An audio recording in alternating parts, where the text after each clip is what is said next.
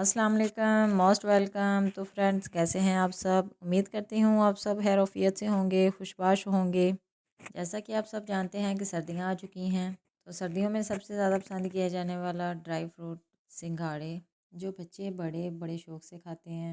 Market में boil किए हुए सेल होते हैं। आज हम इनको बनाएंगे बहुत ही सिंपल तरीके से घर पे, बिना केमिकल के, बिना कोई और चीज़ डाले। और मैं आज बताऊंगी कि सिंघाड़े क्यों छिलका नहीं उतरता, क्यों ख़राब हो जाते हैं, इनको बॉईल करने का तरीका क्या है। तो आइए वीडियो स्टार्ट करते हैं। बिस्मिल्लाहिर्रहमानिर्रहीम। सबसे पहले हमने सिंघाड़ों को अच्छे से धो लिया है।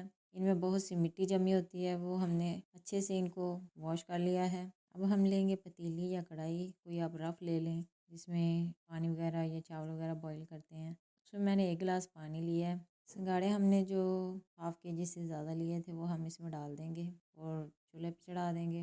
मीडियम आंच पे हमने इनको 8 से 10 मिनट तक पकाना है।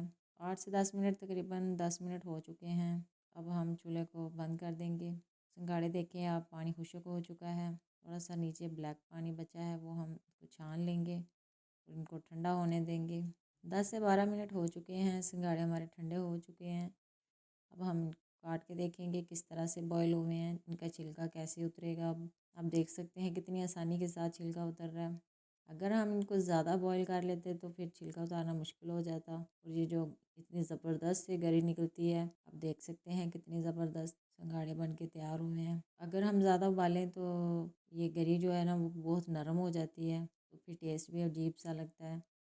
इसलिए सिर्फ हमने 8 से 10 मिनट तक इनको बॉईल करना है और ये हमने उतार लेना है। अगर आपको रेसिपी अच्छी लगे तो वीडियो को लाइक करें और ज़्यादा से ज़्यादा शेयर करें। मिलते हैं नेक्स्ट वीडियो में एक नई रेसिपी के साथ। तब तक के लिए इजाज़त दीजिए। अल्लाह हाफिज़।